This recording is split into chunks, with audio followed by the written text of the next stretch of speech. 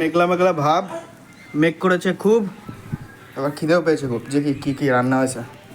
ও মা, কি হচ্ছে? খাবার দাবার কি? বাহ, টেবিল তো পুরো ভরে গেছে। বাহ, খুব সুন্দর। তা কি কি হয়েছে দেখা যাক। সাদা ভাত, সাদা ভাত তো রোজ হয়, এই আলাদা এই সব দেখাও। প্রথমে আছে স্যালাড, ঠিক আছে স্যালাড। এটা হচ্ছে ডাল, ডাল আছে, খুব সুন্দর ডাল। জলপাই দিয়ে নাকি?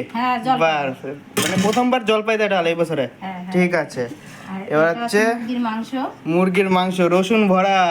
আজকে কিন্তু 2টো রসুন চাই, ঠিক আছে। এরপর এরপর কি, এটা কি? এটা হচ্ছে আলু ভাজা, আলু ভাজা ডালের বড়া, খুব সুন্দর, গরম গরম খাবো। এরপর হচ্ছে এটা কি? এটা কি মাংস বন্ধুরাই বলবে। আমি বুঝতে পেরেছি, just looking like a not wow. আমার এটা পছন্দ নয়, এটা আমার বাবার পছন্দ। এটা রেখে দাও, এটা ঢেকে রাখো, আমার এটা পছন্দ না। আর হচ্ছে এই যে শসা আছে, লেবু আছে আর চাটনি।